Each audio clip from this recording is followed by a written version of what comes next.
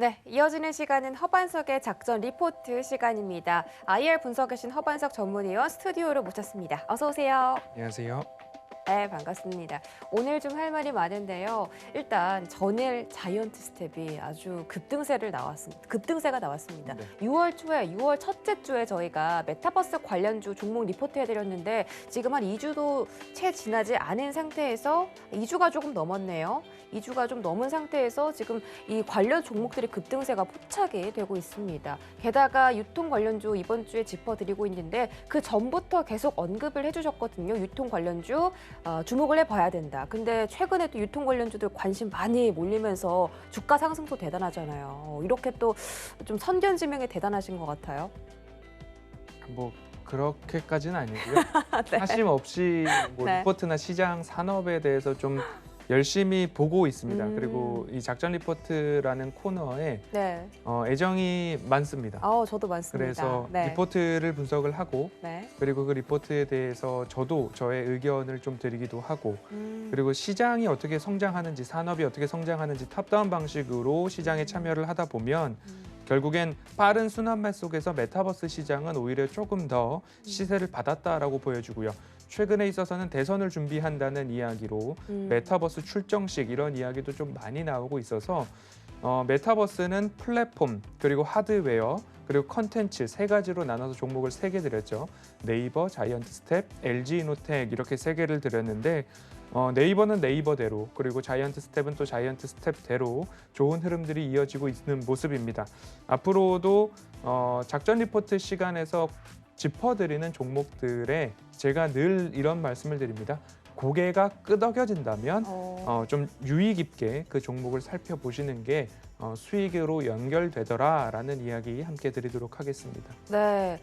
빠른 순환매를 말씀을 해주셨는데요. 진짜 빠른 순환매 뭐 이런 거에 대해서 저는 사실 뭐 좀 추격 매수를 한다거나 뭐 그날의 급등주를 좀 본다거나 약간 이런 식으로 하는데 우리 허반석 전문위원처럼 실적 탄탄하고 정말 전망 좋은 기업들 미리미리 분석해서 좀 끌고 간다면 이런 위험한 투자보다는 좀 안전한 투자가 지금 시장에는 좀 맞지 않을까 이런 생각이 들고 있습니다. 앞으로도 좀 좋은 종목 리포트들 분석 기대해 보도록 하고요. 오늘의 종목 리포트 바로 확인해 보도록 하겠습니다.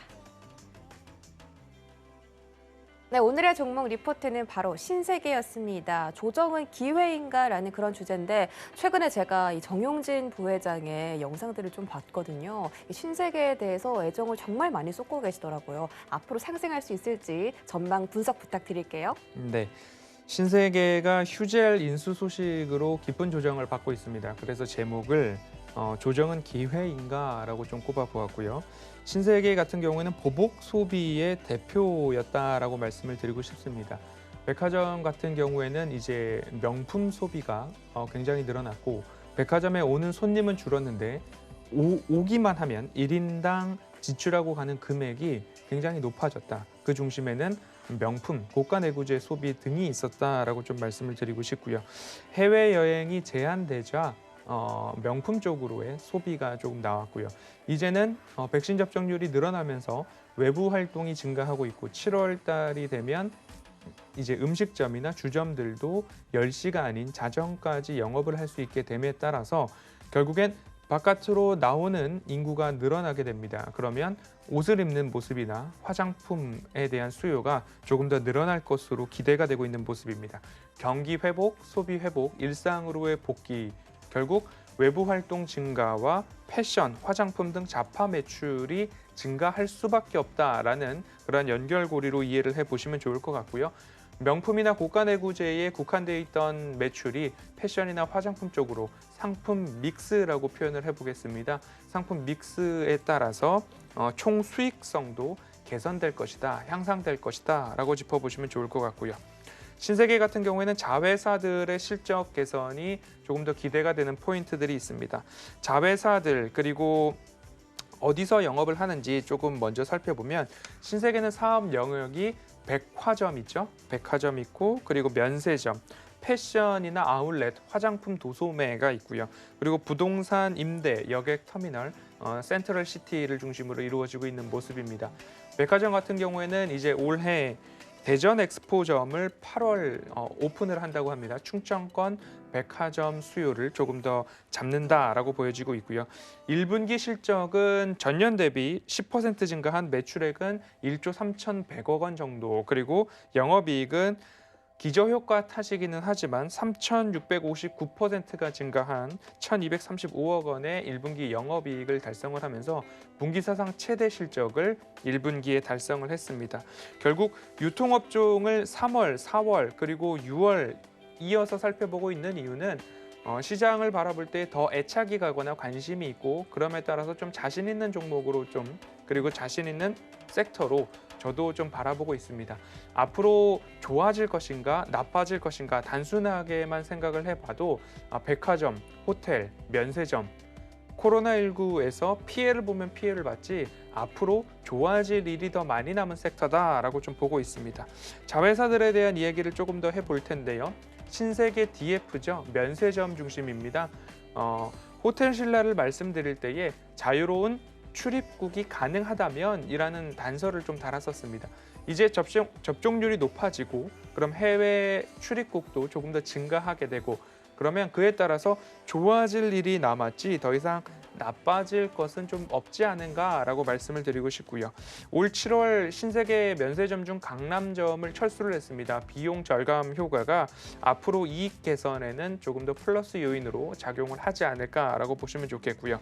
전년도 기저효과 여전히 남아 있습니다. 그리고 따이공이라고 부르는 보부상들의 매출액, 보부상들을 향한 보부상들의 그 매입 그 규모도 여전히 높아지고 있기 때문에 면세점 같은 경우에는 다시 한번 말씀드리지만 나빠질 것이 없지 않을까라는 것으로 정리를 해볼 수 있을 것 같고요. 신세계 인터내셔널을 중심으로 한 패션 쪽으로도 해외 패션의 매출액이 전년 대비 21% 증가하고 있고요. 화장품 쪽으로도 전년 대비 18% 증가하고 있는 모습들을 봤을 때 앞으로 보복 소비 플러스, 그리고 신세계와 네이버가 동맹을 맺었습니다.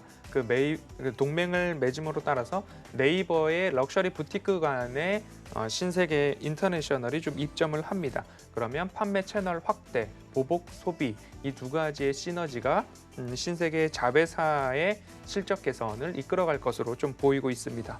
최근 깊은 하락이 나왔죠. 하락이 나왔던 요인들을 좀 살펴보면 결국엔 SSG.com 그리고 이베이 코리아 인수, 그보다도 휴젤 인수에 대한 부분들이 신세계 주가에는 조금 더 크게 작용을 했다라고 보시면 좋겠는데요. 신세계 그룹과 네이버가 이베이 코리아를 인수한다라는 기사 헤드라인 때문에 이베이 코리아와 신세계를 조금 더 깊게 생각하시는 투자자분들이 많은데요. SSG.com과 이베이 코리아가 시너지를 내기 위해서 이베이 코리아 인수를 추진하는 것이지, 지분 구조를 따져본다 하더라도 SSG.com의 지분 구조는 이마트가 50%를 조금 넘게 가지고 있고요. 신세계는 26% 내외를 지분을 갖고 있기 때문에 사실 이베이 코리아 인수와 관련해서는 이마트가 더 주가와 직결된다라고 이해를 해보시면 좋겠고요. 신세계의 주가 하락은 첫 번째로는 그간 많이 올랐습니다. 22만 원 언저리에서의 주가가 32만 원까지 조금 올랐거든요. 그러면 연초에 제가 신세계에 대한 이야기를 들었습니다. 이마트와 마찬가지로 깊은 하락과 횡보가 지났기 때문에 이제는 상승을 할 것입니다 라는 말씀을 드려서 연초에 한번 이 수익 실현을 한 그런 기억도 있습니다. 그런데 최근 조금 더 슈팅이 더 크게 나왔습니다. 크게 나오는데 거기다가 보톡스 국내 매출액 1위 회사인 휴젤을 인수하겠다라고 하니까 조금 더 큰 상승이 나왔습니다. 결국엔 이 추세선과 평행한 선을 그어놓고 생각을 해보면 슈팅 이후에 오버슈팅이 한 번 더 나왔다라고 보시면 좋을 텐데, 그 이후에 답변 공시가 나왔죠. 조회 공시 이후에 검토한 바는 있으나 현재 확정된 바는 없습니다 라는 공시가 나오니까 결국엔 실망 매물과 함께 주가가 조금 깊게 빠지는 모습입니다. 이 두 가지의 요인입니다. 첫 번째는 결국엔 주가가 많이 올랐다. 22만 원부터 32만 원까지 45% 이상의 주가 수익률이 나왔죠. 그리고 나서 거기에 휴젤 인수라는 기름을 부었다라고 표현을 해볼까요? 근데 검토하는 바는 있으나 확정된 바는 없다라고 하니까 기관들의 매물이 어마어마하게 쏟아져 나왔습니다. 6월 초부터 기관들은 여지없이 매물을 쏟아내고 있는 모습인데요. 이처럼 지수 자체도 신고가를 갱신하고 있는 와중에 그리고 종목들도 신고가를 달성하고 있는 모습 중에 이러한 빌미가 제공됐을 때에는 여지없이 차익 실현 매물들이 쏟아질 수 있으니 시장에서는 주의에 또 주의를 기울여야겠다라는 말씀을 신세계 차트를 보면서 좀 말씀을 드리고 싶고요. 이제 이 부분은 베인 캐피털이 2017년도에 휴재를 인수했습니다. 휴재를 인수한 이후에 이제 조금 차익 이제 수익 실현을 하는 그런 모습들이 좀 나오는데 업계에서는 조금 이른 감이 있지 않은가라고 보는데 휴젤이 보톡스 균주에 대해서 질병청에 보고를 할 때에 부패된 통조림에서 보톡스 균주를 채취를 했고 발견을 했다라고 질병청에 보고를 했고요. 그 이후에 사측은 보톡스 균주에 대한 조사가 광범위하게 일어나 있고 우리나라에서 이 균주에 대한 부분들이 이슈가 되고 있자 균주 논란은 종식되었다라고 생각을 하고 있다. 그리고 부패한 통조림에서 균주를 채취했다, 발견했다라고 보고한 내용에 대해서 여전히 변함이 없기 때문에 균주 논란에 있어서 휴젤은 조금 안전하다라는 사측의 입장 표명까지 있었습니다. 이런 것들을 봤을 때 베인 캐피털은 이 균주 그리고 보톡스에 대한 부분들이 시장의 중심에 서기 때문에 일부 이른 바이아웃을 하는 것이 아닌가라는 모습으로 시장에서는 좀 업계에서는 보고 있는 모습입니다. 신세계가 이제 어떻게 이 휴젤 인수를 이끌어갈 것인가는 1개월 뒤인 7월 17일경 제공시가 나올 때까지 조금 기다려보면 좋겠다라는 말씀을 드리고 싶고요. 그러면 우리는 앞으로 신세계를 이제 어떻게 보아야 하는가에 대한 부분입니다. 저는 늘 기업을 볼 때에 매출액을 보고 영업이익을 보고 그것이 증가하는가를 먼저 보죠. 그리고 차트상 저위험 구간인가도 보고 여기가 끝인가 앞으로 더 갈 것인가에 대한 부분들도 마찬가지로 매출액과 영업이익 재무가 더 좋아질 것인가에 대해서 포인트를 좀 맞추고 있습니다. 2021년도 매출액은 총 19% 증가할 전망이고요. 그리고 코로나19 피해가 있기 전 19년도 대비로도 올해는 13% 이상 성장할 것이다 라고 좀 보여지고 있습니다. 전망이 그렇고 되고 있는데 사업 영역을 다시 한번 말씀드려 볼게요.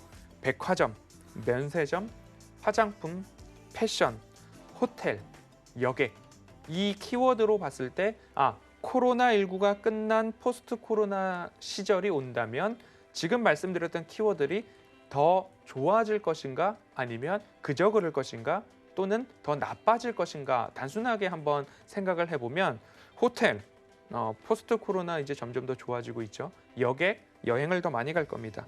패션과 화장품 보복 소비 이후에 외부 활동이 증가하면 더 좋아지지 않을까. 백화점과 면세점 백화점도 그렇고 면세점은 특히나 자유로운 출입국이 가능하다면 이 조건만 충족된다면 더 좋아지지 않을까에 조금 더 방점을 찍어볼 수 있을 것 같습니다. 신세계 차트로 돌아왔습니다. 허반석의 모멘텀 체크리스트 차트상 저위험 구간인가라는 추세선을 한번 그어보면요. 어쩔 수 없이 또는 얄궂게도 이 추세선을 맞아서 다시 올라가는 기업들이 있습니다. 일부 현재는 추세선이 이탈이 나왔습니다.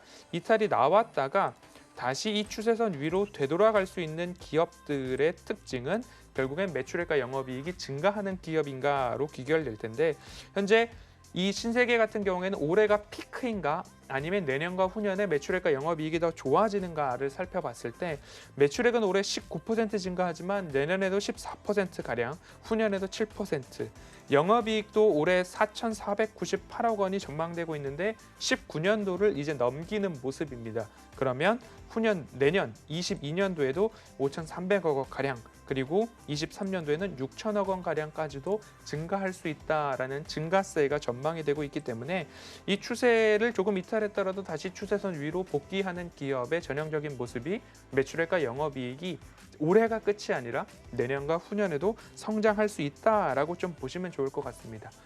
여러 가지로 말씀을 드렸고 주가가 22만 원부터 32만 원까지 올랐다가 조정을 받고 있습니다.